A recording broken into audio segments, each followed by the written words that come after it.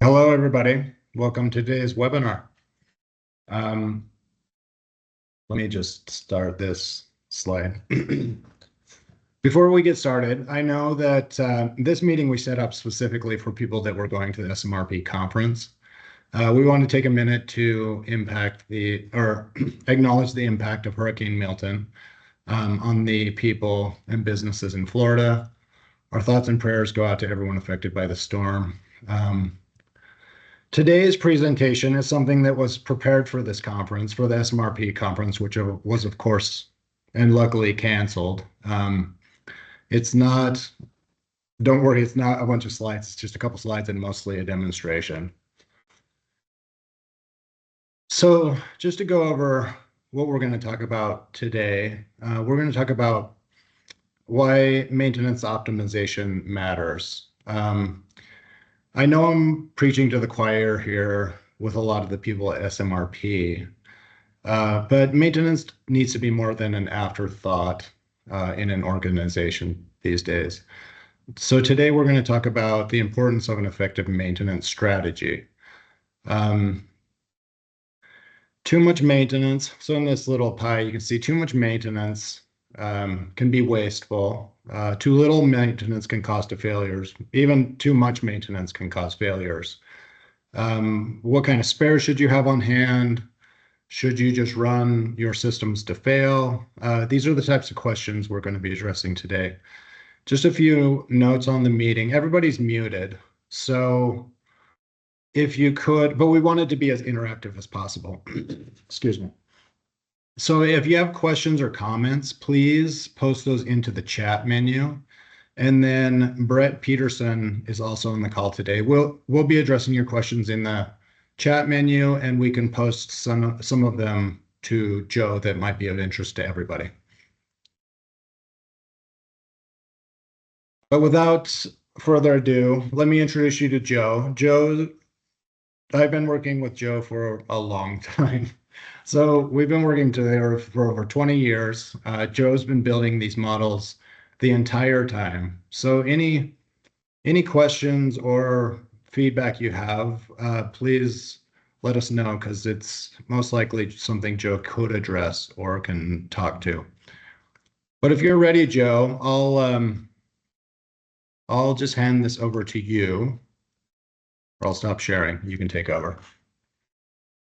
Sure, thank you, Jeremy. Let me share my screen, and we can jump in and talk a little bit about how Peak Avenue Isograph's software platform, Availability Workbench, can help with your maintenance optimization, particularly leverage your data. Of course, I'm a little bit preaching to the choir here. I know everybody here is well aware of it, but imagine like you never did any maintenance on your car. You never took it in for an oil change. You never rotated the tires. You never changed the air filter.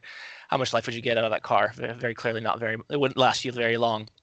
Now imagine that you get very paranoid about that, so you start taking it to the mechanic, every 500 miles to get a new air filter, oil filter, engine oil. Well, you probably you're blowing $80, $100 at Jiffy Lube every month or so that you really don't need to spend, right?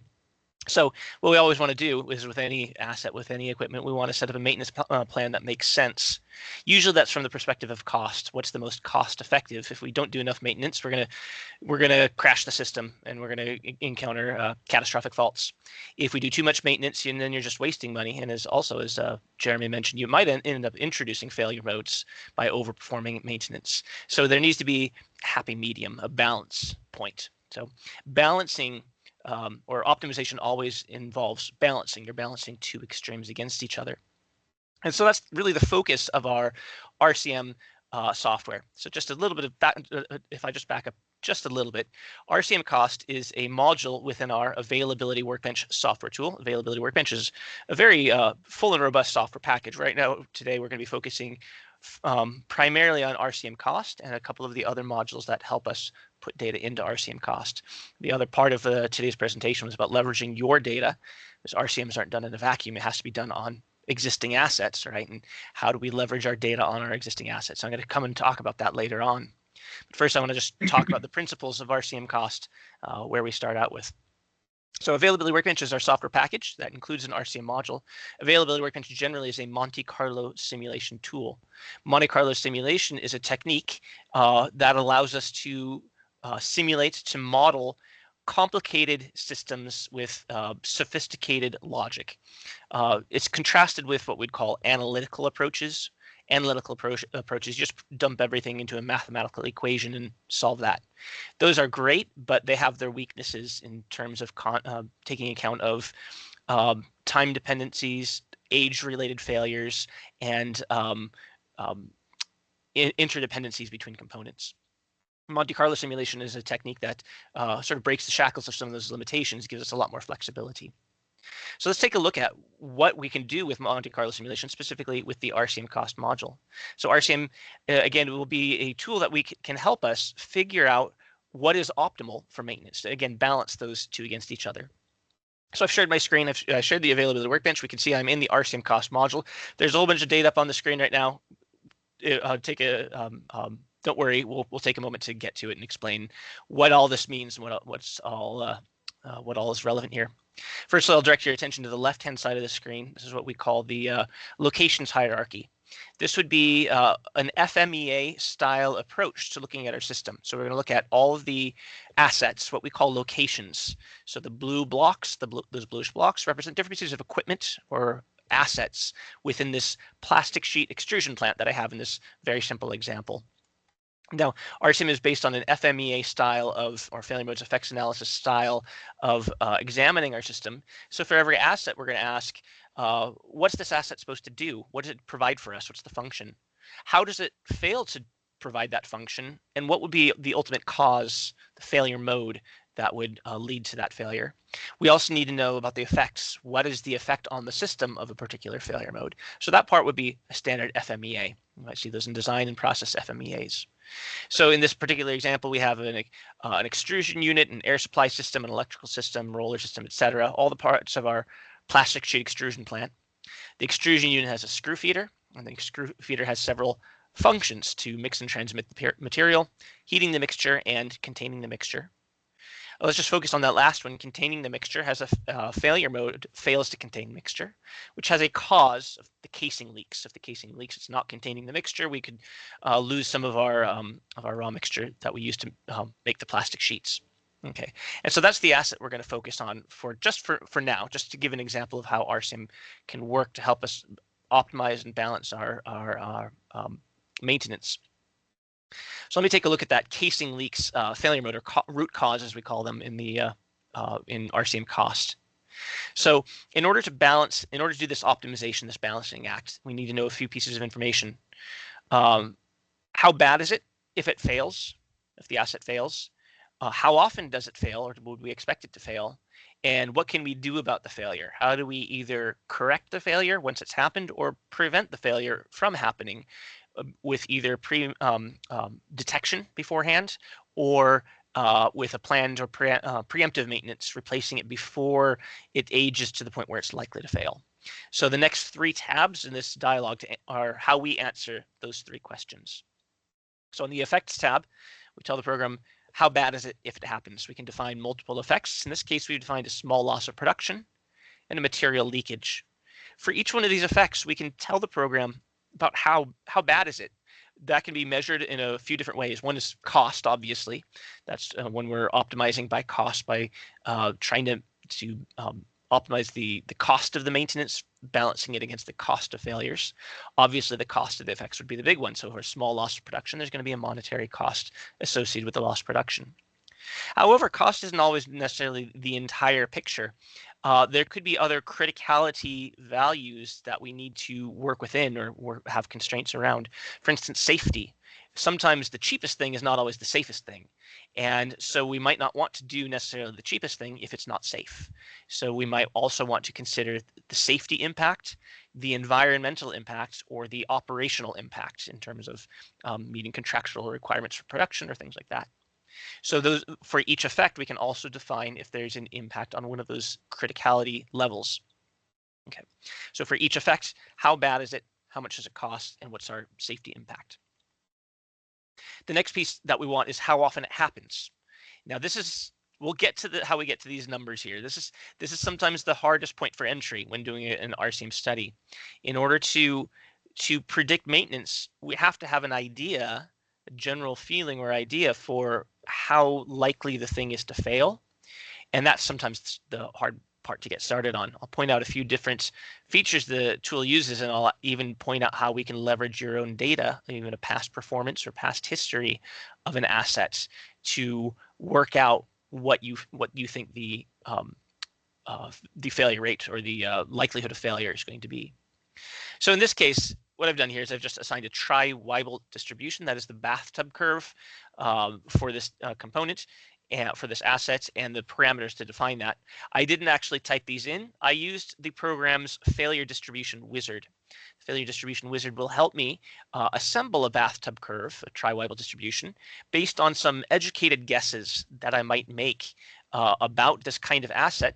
I might get that from talking to a subject matter expert, or from some past experience or history with this asset. It will be generally questions about random failures. How often do random failures happen? So if you have 10 units and last year one of them just happened to fail randomly, no particular wear out failure mode, it was just a random fault. Well, that would be one fault in 10 years. So that might be a reasonable estimate for a random failure rate. For wear out, we might take a look at, well, how long do we think it's going to last before it's likely to fail? For instance, in your car, sometimes people will just replace their car. After 100,000 miles, your car's starting to age, and you're starting to take it to the mechanic more often. So we might estimate a wear out of 100,000 miles for a car, or we're probably going to want to put everything into years, however long it takes you to drive that. And then for the infant mortality, is do we see early life failures, and what's the elevated rate of early life failures of the asset? Again, they might need a little bit of investigation, but we don't have to know the strict mathematical parameters to define our bathtub curve. The program can help us get to them via these, again, educated guesses based on our past experience with this kind of component. Okay, and so that's how we got these values down here. This was based on some guesses or some estimates we made using that distribution wizard. There's another method we can use to fill in these values.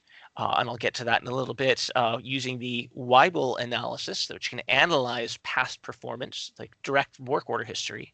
And this is one of the ways we can leverage our own data. This might come from another system, and I'll show you how we can get data from another system into the RCMCost module. Okay. And then the third piece of the puzzle, the third piece of the optimization, was what do we do about failures? In terms of, or what can we do, I should say, because what we will actually do is part of that balance. It will help us to figure out what it is that we should be doing, but we want to tell it what it is we can do in terms of correcting a failure after it happens, planning maintenance to preventively mitigate failures, replacing an asset before it ages so much that it's basically broken. And we also even have the option of condition-based maintenance. That is conditional inspections, looking for signs of an imminent failure. So we can detect it. We can tell the program, is it possible to detect a failure before it happens? And how good are we at doing that? Again, the detection probability that might come from something like a proof test coverage percentage, functional test coverage, or something like that. And we can even use, if we have them, P to F curves, for figuring out the probability and how far in advance of a failure that we might be able to detect it. Mainly for the maintenance actions, what the program will want to know is how long does it take? That's going to go into the MTTR calculations. That goes into figuring out the costs of a failure. How long does it take you to correct the failure? But the program also can do some sophisticated resource modeling. It can track what do you need to affect the repair, who's doing it, and what equipment do they need to do it, and what is a actual spare part in use. There's also spare optimization. I'll cover towards the end. We can also see not only do we optimize maintenance intervals, but we can optimize spare holdings. So we can tell the program what is it that we need to do it, and this will also help us in a few ways in tracking costs, the cost of spare parts, the cost of the personnel that do the repair. And also, are there any logistic delay times associated with getting those resources? When a failure happens, maybe it takes longer to correct it because we didn't have enough spare parts on hand. That goes into that spare optimization. How many spares should we keep on hand? And part of that input is going to be, well, how long does it take to get a new spare when we need one? So that's one of the other things, one of the other ways this resource modeling will be captured in our RCM study. Okay, so that's the basic input information that we would want for our RCM to get started with. How bad is it? How often does it happen? What do we do about it? Or what can we do about it? From there, we can start investigating the optimal maintenance strategy. In this case, I have a planned task that I can perform, and I want to know, is it cost effective to do it? And if so, how often should it be performed? Again, if I do too much, I might end up wasting money on the maintenance, just having someone go out to do the task. If I do it too little, then I'm likely to experience unplanned outages, which might have increased costs and downtimes on our system, which I could better mitigate with a more proactive maintenance policy. So let's take a look at this optimizing this particular cause. Okay, I'm going to jump over to the strategy tab. And the first thing I'm going to do is I'm going to uncheck all my maintenance tasks. And this will give me what a run to failure maintenance would look like. Basically, if you never took your car to the shop, how long would it last and what would it cost you to constantly be buying new cars every 20, 30,000 miles when you're old, when the tires go flat and the engine seizes. Right. So again, it gives me a baseline cost. It also tells me things about how many failures I expect over the lifetime. I've entered I think a lifetime of 20 years for this particular example. How many hours of downtime I have due to failure, the outage frequency, mean unavailability, various statistical measures about the performance. Now what I want to know is there a planned maintenance interval that I could use that would give me better performance in terms of cost or availability. In this case, I'm optimizing from the perspective of cost. So I'm going to jump into that interval optimization. And this is old data. This is from the last run. It's going to end up looking something like this. So we'll come back to the graph in just a minute, but it's kind of a little bit of a spoiler of where we're heading. The way the optimization is going to run is just going to try a range of different potential maintenance intervals. We tell it what maintenance intervals we want it to try. I'm telling it I want it to consider monthly maintenance intervals up to maintenance every 30 months. Essentially, it's going to try at first initially a 730 hour or 1 month as our maintenance interval. And it's going to do some simulations to figure out how the system would perform under those circumstances. And then it's going to increment that maintenance interval by a month. Right? And then it does the simulations again and records what would the performance be if we were doing maintenance every 2 months. All right, increments it again. What if we were doing maintenance every 3 months? What if we were doing maintenance every 4 months, etc. So it does that 30 times. So maintenance from monthly to every 30 months. And each time it runs its Monte Carlo simulations, records the performance of the system, and records the cost. And again, that cost is going to be all of the inputs. So the cost of the failure, the cost of the maintenance, the cost of the spare parts, the cost of the repair crews, the operational costs associated with any maintenance tasks. All of those go into the consideration for the system. And also it's taking, of course, the effectiveness of the maintenance. If the maintenance reduces the age or the likelihood of a failure, that the frequency of the PM may reduce the likelihood of a failure. So all that goes into this analysis. So let me go ahead and run it. And what we're going to get is essentially a graph that looks the same. It's effectively the same. And what we're going to focus on is the blue line. That's our cost optimization. On this plot, what we're seeing on the x-axis is the time interval, the time between maintenance. The y-axis is showing us the cost, and the blue line is, of course, showing the ratio between the two. So the left side of the plot is where we have a short maintenance interval. And what you can see is, as you might guess, a very high. This would be me taking my car in to get the oil changed every 500 miles. I'm spending way too much on oil changes, right? So I have a very high cost associated with overperforming maintenance. On the right side, when we have a very long maintenance interval, again, the cost is going back up. This would be the other side of the balance, is where I'm not doing enough maintenance. Now my car is breaking down too much because I'm not doing sufficient maintenance. And so what we're looking at is the inflection point, the balance point between those two, which the program says is at 4,380 hours, or every 6 months. If we do it maintenance every 6 months, we've balanced the cost of the maintenance against the cost of the failures, and we end up with our lowest predicted cost for this asset. So that's what the program is going to recommend for us. Now, I mentioned, so the blue line is the cost, but there's 3 others, because as I mentioned earlier, what's cheapest may not be what's safest, right? Or it may not meet some other criticality goal. So when we have a failure, there's an environmental impact of the material that's spilling, right? This is casing leaks. We're failing to contain a mixture. There's also a safety impact that could influence, or that could affect the workforce, and an operational impact in terms of lost productivity. So these purple, green, and red lines represent the environmental, operational, and safety impacts of the different maintenance intervals as well. We can define criticality targets or criticality goals that might be in terms of, for environmental criticality, might be tons of toxic material released per year or something like that. We can define a goal and have the program also keep that goal in mind, that constraint in mind. And I think in this one I have that. Let me just turn on the target goals, and then I need to rerun it to get it to show them. There they are.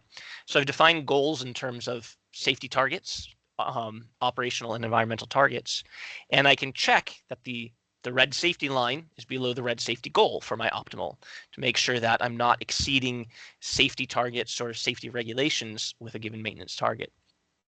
Okay. The program will never recommend a cost optimal if it doesn't meet a criticality target. So if it's unsafe, then it's not going to recommend that target. It'll just put a message down here, can't optimize, or no recommendation based on the criticality target or something like that. In this particular case, it's a well, not really a coincidence, but it's a happy fact that the lowest from a cost perspective is also the safest and the best from a criticality perspective. You can see the red, green, and purple lines also reach their minimums at the same time. Okay. So if I like that recommendation, I just can click the accept recommendations button up at the top, and it will automatically fill out the maintenance interval, check the planned maintenance. Let me reevaluate the strategy. It gives me a new cost, new number of lifetime failures and failure downtime, new unavailabilities and outage frequency, and perhaps most interestingly is the benefit ratio, the cost benefit ratio and the criticality benefit ratios. Benefit ratio is just very simply the cost with the current maintenance policy that I've set up here, divided by the cost of a run to failure maintenance policy. How much would we be spending if we enact this maintenance compared to if we didn't do the PM at all? So 0.2293, let's say 23%. It means we're spending 23% of what we would be if we adopted a run to failure policy. Similarly, for the safety benefit or the safety risk is 10% of what it would be if we didn't do a PM. So those numbers all look very good and tell us that the PM is actually gaining us quite a lot. There's a significant cost savings and a significant criticality improvement. So it tells me I'm in the right place by adopting this maintenance policy. Okay, let me select OK. And again, that's what this plot over here on the background here was giving us all along. Now we can do this for every single one of our assets, for every single one of our failure modes. We can go case by case, or we can just simply use the auto optimize intervals option, and I'll just go through for each maintenance task and figure out the optimal one. So I'll just take my computer just a second to run through all of them to optimize every single maintenance task for us. Okay. So that gives you an idea of what the RCMcost software is doing. Now the best way, or the difficulty in leveraging it, is always going to be the inputs, the data. So that's always the starting point. I need to get all my assets. I need to define my failure modes. I need failure data. I need to define my effects. So that part can be, firstly, time consuming. Secondly, difficult finding some of that information. So the other part of the presentation was talking about leveraging your data. A lot of the times people already have much of that information they need in a way that can be accessed and imported into the Availability Workbench. Within Availability Workbench, we have portals, that is linkages to other systems which can track the information that we need to do our RCM study. The two built-in, actually there's three built-in, SAP, Maximo, and Ellipse are the three ERP systems that we directly link to.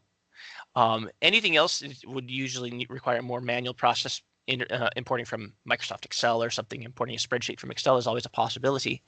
But for those three, we've integrated a direct linkage, so we can grab data, say from your SAP system, and import it directly into RCMCost.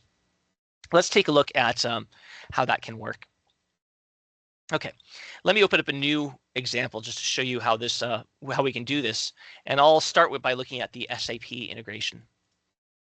So again, this helps us out when we're getting started and we don't know, or we have a large list of assets we don't want to manually define. We don't have to type in by hand all that long list of assets, or we're not sure of the failure modes for each asset or the failure rates, or the distributions of each asset. This is where we might use the portal to download as much of that information. So the SAP portal allows us to link to your SAP system, download data from it into RCMCost. And I say download because what we're doing is we're taking a snapshot. We don't want to be working directly in the SAP system. Many SAP administrators would not let us do that. They don't want us going in there and messing about with your data. What they allow us to do is take a snapshot of it. That is like a complete picture of it, move it into Availability Workbench. And this is also useful because there's usually so much data that capturing all of it can take a very long time. So taking a snapshot of it means we only have to do it once, and then we take it into RCMCost and we can manipulate it, work with it, do what we need to do with it. That we can also upload data back, and I'll talk about that a little bit as well. Primarily, what we might be uploading is maintenance plans. So I just did that optimization in that other example project. Usually it's not enough to optimize your maintenance. You need to tell somebody about it. What should our new maintenance strategy be? Obviously, we can use the reporting feature to print out a nice report for the maintenance crews. This is what we should be doing and how often we should be doing it. But usually you want that in an existing system. You don't just want a piece of paper sitting on someone's desk. So we can, if your SAP login or admin allows it, upload maintenance plans back into your system. All right. Okay, let's just take a look at again the overview. I'll give a high-level overview of how this works and how we can capture the data, your data, and use it in RCMCost. So if we can look at the SAP options. Firstly, the download. What is it that we want to download from SAP? We'll grab effectively anything that could be useful for the RCM study. So our technical objects, that's what we'd use as locations and equipment in RCMCost. The effects, I talked about the effects in RCMCost as a way of defining how bad it is. We can download the effects list from SAP. The catalog profiles will be used for creating failure modes for the objects, or the the technical object types, the labor, the materials, which we call spare parts in RCMCost, and also the maintenance plans, again, which is what we're going to want to optimize in RCMCost. So we can download all sorts of information. And again, you don't necessarily always want to download your entire SAP database. So we can also apply filters. We can filter by specific material types, functional locations or equipment categories or plan categories. We can filter specifically what data we want to download. So once I've set up my download options and filters, you do your SAP download, and it would ask you to log into SAP. Now, I don't have an SAP system I can log into to show this part, but we go through and download it, and the end results would be what you see on the left-hand side here. You see all the pieces of information it got from SAP. And what I like about this hierarchy here that it shows it is it's using the SAP nomenclature. It's calling things as they're known in SAP, but it's using the RCMCost iconology. So it sort of gives you a hint of how these pieces mesh together, of how they fit together. So the technical objects use the same symbol as RCMCost locations. The catalogs and catalog profiles use similar colors to the RCMCost functions and functional failures. The materials use the same icon as spare parts, and the maintenance plans use the same icons as what are similar icon to what we call the work groups or maintenance groups, task groups in RCMCost. So that kind of indicates how these things will fit together. From here, we can open them up. We can look at the data.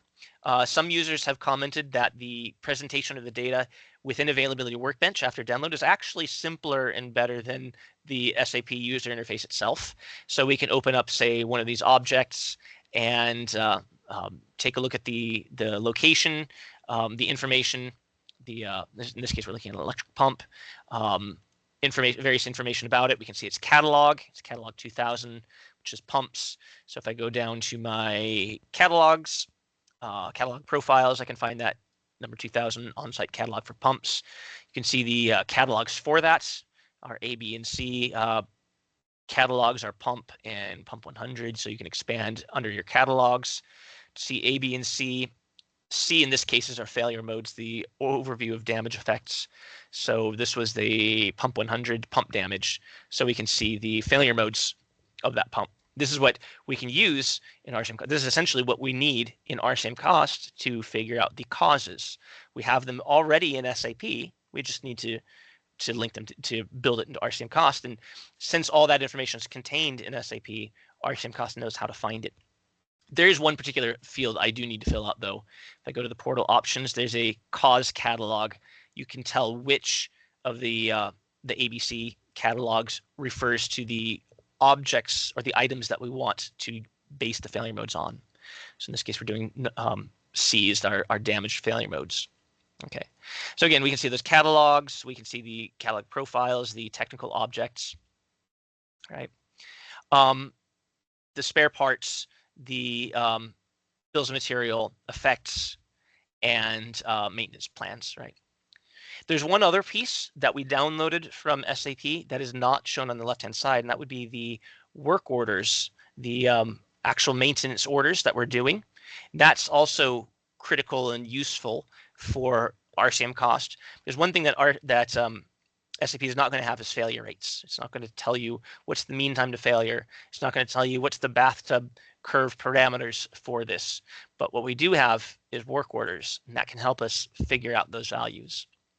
Actually, if I click on the technical objects, you'll see what we're actually seeing on the right-hand side is, from the cost perspective, a list of those work orders, which technical objects have lots of work orders associated with them. So I can just click on these to figure out where some of our work orders are associated. So under the clarification plant, we have that biological cleaning, and that pump station, and that pump set 1 or pump set 2 has a lot of corrective actions, electric pump 1. So and then it shows it down here. You can see it focuses on that. So if I look at that object, I can, and then electric pump 1, I can jump over to the grid view, and then I can open up the maintenance orders, and it's going to show me a list of those maintenance orders. Right, so it's going to determine what the maintenance order was. Was it a replacement? Was it a failure? That's based on the filter options, the analytic filter options for work code types for the maintenance tasks. Okay.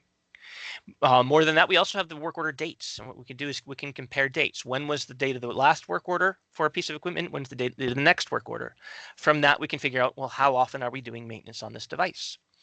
And we can import that data into our Weibull model. Firstly, we need to calculate the times to failure. There's a calculator button I click on, and it just goes down the list, finding the dates, finding the next date. Some of them, the dates weren't really valid, so it wasn't able to calculate it. But the rest of them, it calculates a failure date, whether or not, or a failure replacement date. This is the information that we need for a Weibull analysis to figure out a failure rate. I can transfer this information. We can build that Weibull set in RCMcost. It's going to say there's create a new Weibull set, simply Weibull set 1, and that will be in the Weibull module. I'm going to come back to that in just a minute, and we can see how we can use that information to figure out a failure rate to associate with that, say, with that electric pump. Before I do that, I need to create that electric pump in RCMcost. Just like we could transfer data into the Weibull module, we can transfer data into the RCMcost module. It's very, very simple to do. You can just check the boxes next to any object and next to any data you want to move to RCMcost, or I can just click the boxes on the whole system, and then you can transfer the whole data, build the master data. That will give me a locations hierarchy. It will transfer the effects, spare parts, maintenance plans, everything goes across. Actually, not the maintenance plans themselves, but the technical objects. So I'll hit the build master data in RCMCost. So it goes down, it goes through, transfers everything across. Now, there's one thing it has to do is figure out the causes, the failure modes. It gets that from looking up the catalog profiles and their corresponding catalogs. So the next button I do is tell it to build those causes, look up that information. So I click that red data, and it builds the RCMCost causes. And then finally, let's also go ahead and build those maintenance tasks, the work order or the maintenance plans. So I click that as well. And it's going to go ahead and build some maintenance plans and transfer those into RCMCost. Now, when I jump into the RCMCost module, we'll see that technical object or that locations were all transferred across, right? So we see that clarification plant, biological cleaning, the pump station up there, that electric pump.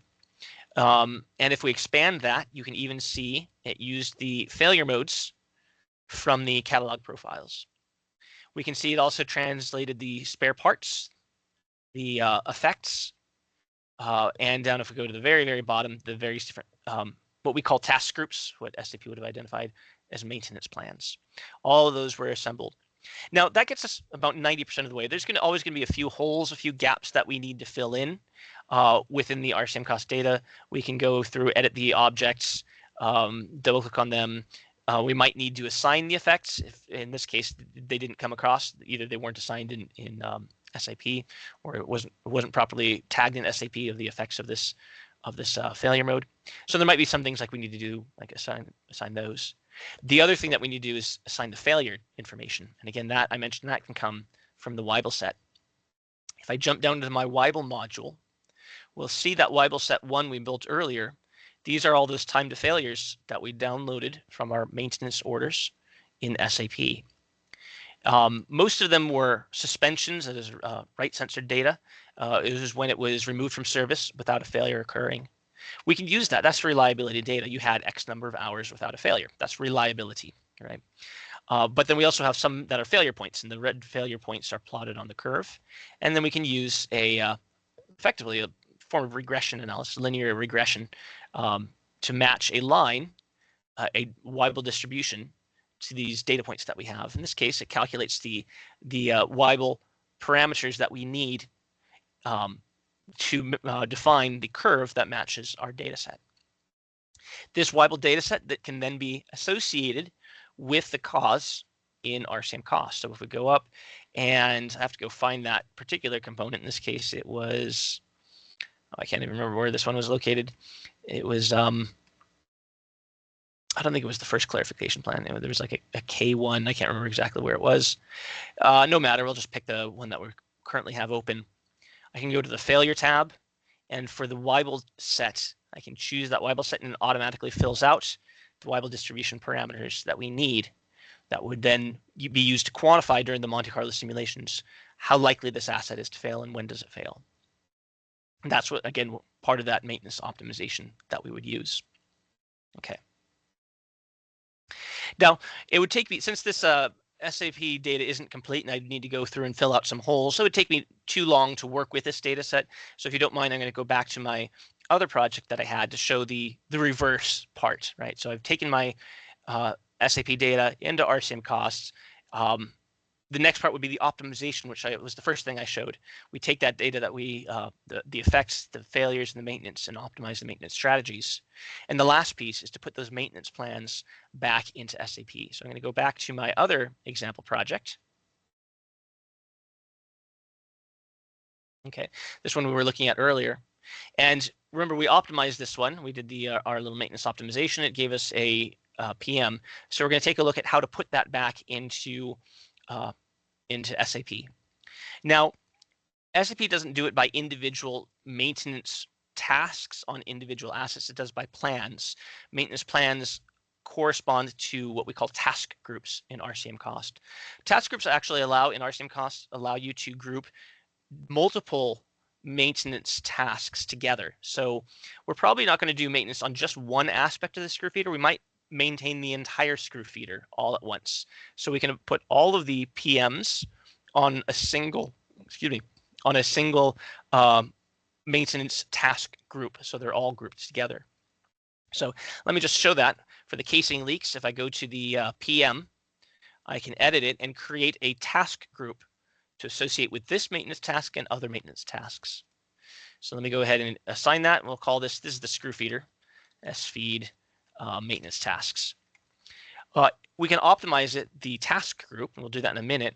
We can also define an efficiency factor. An efficiency factor would mean by doing tasks together rather than individually, there's some savings on the overhead. Maybe the disassembly and reassembly of it, we don't have to do more than once, so we save something on that. So I'll put, say, maybe 90%. That means it takes 90% of the long to do all the maintenance tasks back to back, as it would if we were to do them separately, right? So there's some efficiency gained.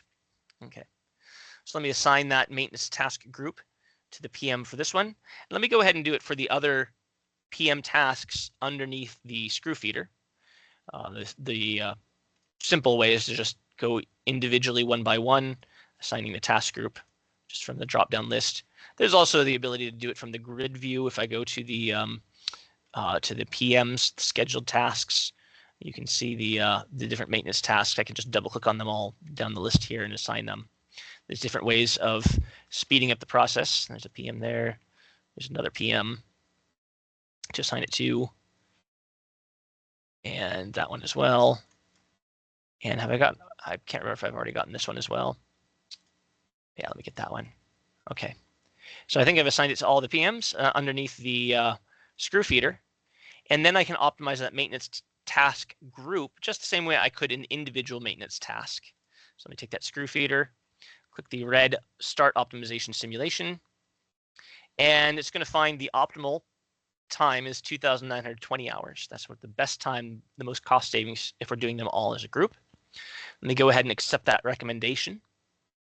And again, now that we know our optimal, we don't just want to stop there. We need to tell somebody. We can either print out a report or we can put this back into our system to SAP.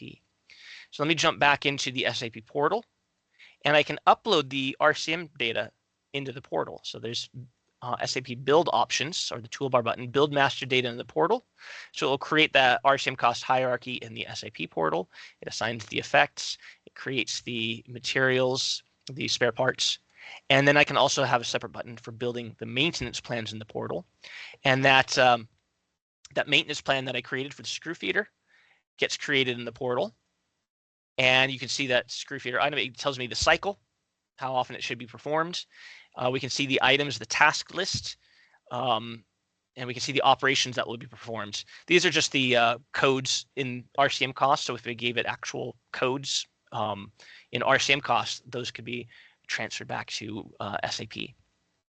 Okay. And then there's an SAP upload option. You can upload the master data. Most people won't do that. You wouldn't be uploading your technical objects back, but what many people would like to do is upload their maintenance plans.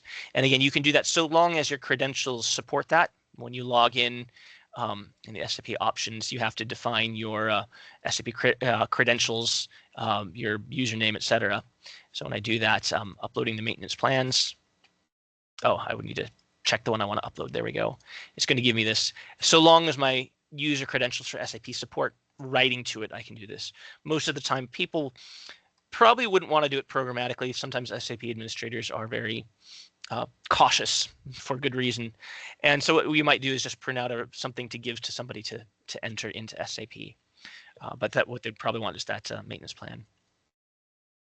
Oh, looks like it didn't like that I canceled out of my upload. I'm not connected to an SAP database is the main issue there. Okay. I will also just briefly mention the Maximo portal as well. It's in principle, it works the same. It's just the data is presented a little bit differently because Maximo calls things differently than SAP. So if I open up my Maximo example,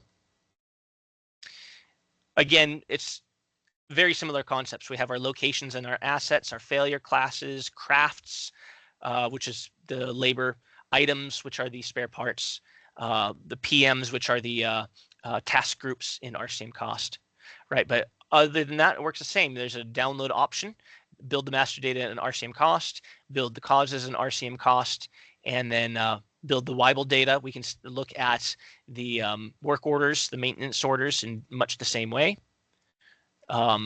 if we go to the grid view and look at our work orders, we can, is that the one? Yeah, that's the one I want to look at the work orders, and we can calculate a time to failure for all of them, build a Weibull set, just how it worked in the SAP portal. The nice thing about the portal is it simplifies the whole process. It grabs all the data. It knows what data it needs, right? And it knows where that data that it needs is stored in SAP, maybe with a little bit of guidance. You'll put in filters or some codes for it to help it to understand, but it generally knows how things are associated and will automate a lot of that conversion into RCMCost. Okay. One last thing, we're coming up towards the end of our allotted time. So one last optimization that I'll point out is the spares optimization. Just like we have the maintenance task optimization, we can optimize spare holdings. Certain spare parts, we want to know how many do we keep on hand. If we have too many, well, where we got to put them? You have to put them somewhere. There might be a cost of warehouse storage cost associated with them. If you have too few, then you have increased delay times. A failure happens, we go to the warehouse, we don't have any because we're trying to save money on warehouse costing. Right? So how many do we need to keep on hand in order to minimize cost? And also, we can also optimize spares holdings from a unavailability perspective, minimize the chances of not having a spare part. That's done via the spares optimization. So I can choose any of my spare parts. So let me find, let's say, my drive shaft assembly. So that drive shaft assembly has a cost associated with it. There's a logistic delay associated with it, getting it to the site of the repair, but also on reordering them. If we have to order more, it takes us some amount of time to get more. And there's also storage costs associated with it. If we have to keep one on-site, level 1, or at an off-site warehouse, which is level 2, what's the cost associated with keeping them there? And so what we want to know is how many drive shafts should we keep? Again, balance the cost of keeping them versus the cost of not having one available when you really need it. Okay, so that's what the spare optimization will do. So let me go ahead and run it for this drive shaft. And it's just going to try a range of possibilities on the optimization tab. We tell it how many we want to consider, anywhere from 0 to 2 at level 1 and level 2. So I'll do the optimization. And then the graph on the right-hand side, the bars represent the cost. The red line represents the unavailability. The left side y-axis is the cost. The right side y-axis is the unavailability. So what you can guess is that when you have no spare parts, 0, 0 means none at level 1, none at level 2, you have high unavailability cost. That's the cost from downtime, from outages that are extended while you're waiting for this new spare to arrive. On the very right-hand side, when we keep a lot of them, you see the storage cost rising, right? But the unavailability cost is much lower. The storage cost is much higher, right? So we're trying to balance those two. For this particular example, the storage cost never meets the unavailability cost. So we want to keep some. And it tells us the optimal is 1, 0. That means 1 drive shaft at level 1 on-site, 0 drive shafts at level 2, the off-site warehouse. That's the optimal cost perspective. That's this bar right here. We can also keep an eye on that red line as well, which shows the unavailability. That's the downtime that we have, the percent chance of downtime from not having a spare part. And this one says 0.002587, so 0.2.5, 0.25, 0.26% unavailability due to not having a spare part. Okay. Actually, I believe that's the overall unavailability of the system with that spare holding strategy. Okay, so again, if I like that, I'll accept that recommendation for what I should keep for the spares. And if I think we can, I think the main thing we would do with this is print a report for it. For the SAP portal, I'm not sure that it will let us write the number that we should keep. I don't think SAP necessarily has the same options for spare storage levels, quantities, and costs like that. So there's not a one-to-one relation between RCMCost and SAP or Maximo. We don't necessarily have the same options of writing data back to the system. Okay. Okay. So thanks. That takes me to the end of the material that I wanted to present. I want to turn it over to Jeremy. Firstly, are there any questions, Jeremy, that you would like me to answer before we close out? No, I don't think so. Before you go, Mhm. can you pull up AppSim really quick and just show the AppSim model Sure, yeah. and just talk So about, yeah, yeah. there's a direct linkage from RCMCost to AvSim. So I've talked about downloading from SAP and Maximo into RCMCost, but there's also a direct linkage from RCMCost to AvSim. So you can download your locations hierarchy to RCMCost, then convert that to AvSim. Now AvSim is a more robust availability simulation module. It uses either RBDs or fault trees. And what the advantage here is that it gives us a little more uh, grasp of the actual system logic, particularly where we have redundancies, voting arrangements, or complex logic within our system. Like we might have multiple trains or production lines, and we want to do capacity modeling. Loss of one production line would mean a partial loss of capacity, so long as the other production line is up and running. So AVSIM captures those interactions between assets, between production, to be able to calculate capacity levels, to see the effects of redundancy on the system, right? So there's a very simple conversion option to convert the RCM locations hierarchy to an RBD. It puts everything in series, that is in line, but then we can adjust it, move it around, logically change it to represent how it's actually working. It copies across the RCM causes, become failure models. We get the spare parts, the labor, the task groups, all of that is translated as well. And then this just gives us the ability to handle a little more robust system logic. RCMCost is using an FMEA strategy or approach where generally assets are considered individually in a vacuum. AvSim will look at how all the assets interact with each other. So it gives us a maybe a more robust system picture. The trade-off, of course, being it's more complicated to and takes longer to run. RCM is very, very focused on that optimization piece. Okay. Perfect. Anything Thanks, anything Joe. else? Okay.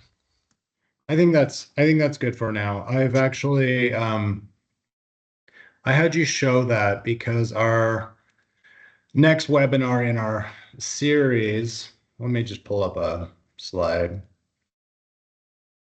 will be introducing AvSim. So the I've I've pasted an invitation to the web meeting into the chat menu for any of those that are interested in attending. So RAM modeling, which I often refers to what AvSim does. A lot of people just call it RAM modeling. It allows you to, kind of like Joe said, it allows you to model more complicated scenarios. It's hyper focused on spares, availability, throughput, capacity, um, using RBDs, which is a more complicated system logic, which is what you need for some systems. Um, the AvSim and RCM, what we've been looking at today is Availability Workbench.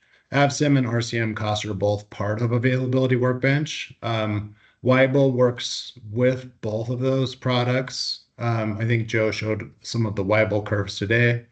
The lifecycle cost software, it's a true lifecycle cost software. Although AvSim and RCM do a lot to tell you the cost, incurred cost during the lifetime of a system running. Lifecycle cost would add additional calculations you may want, anything from R&D research to taxes to even getting rid of the equipment at the end of the life cycle. Process reliability is it's an amazing piece of software that lets you take current data of plant operations and compare it to potential changes you may make in the plant and how that would affect the reliability and costs of that plant. Accelerated life testing is taking components and putting them under excess stress to see how the life of the components change. And then, of course, includes an enterprise solution as well. If your IT wants to control who has access to what, you can, it's a central place to house master documents where you can check them out and check them in, things like that. So the next steps as we kind of run to the end, you can download this software for free at our website, which is isograph.com. And again, it's the Availability Workbench. There's a tutorial in the software. It's called Getting Started, that'll walk you through building basic models and just briefly touch on each of the basic features of the software.